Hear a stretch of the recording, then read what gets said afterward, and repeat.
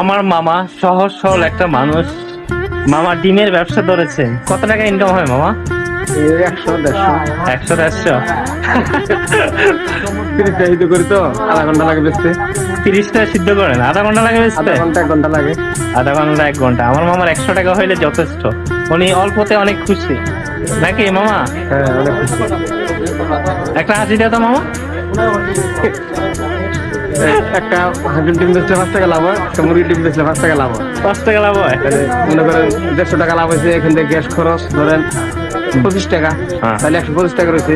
125 টাকা। হয়তো 2-4টা ডিমের পয়সা মারি যাবো, তারপরে একটা হয়তো বসা হবো। এই সর্বমোট ধরছি আর কি 70-80 টাকা থাকে।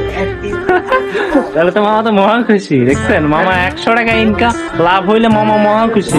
কিন্তু মানুষ হাজার হাজার টাকা ইনকাম করে খুশি নেই, এরা হচ্ছে অল্পতেই খুশি। তো মামার জন্য সবাই দোয়া করবেন, আল্লাহ যেন তাকে নেক হায়াত দান করে।